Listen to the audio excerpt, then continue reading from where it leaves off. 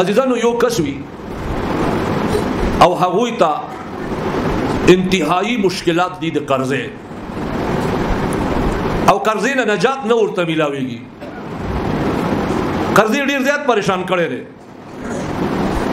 او قرضه یقینا دا پریشان کون دي پیغمبر علیه الصلاۃ والسلام به هم د قرضې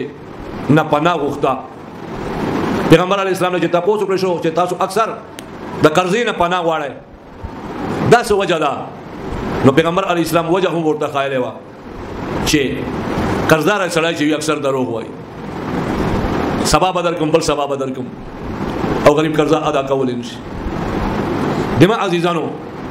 تاسو کې کسو قرضې کې ګیروي نو هغه د پاره علامه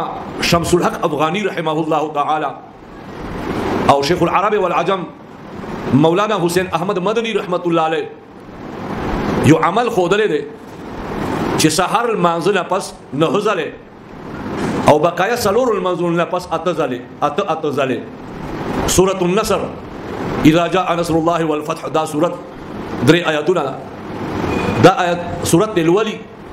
نو ان شاء الله العزیز ډیر زر به الله پاک دتا د قرضې نه نجات ور نصیب کړي نو چا باندې هو چې قرضوي نو هغه ته پکار دي چې سحر پټیم دې نه ځله او د نور المنزل کې هر مازنه پس اته زله د سورۃ النصر وایي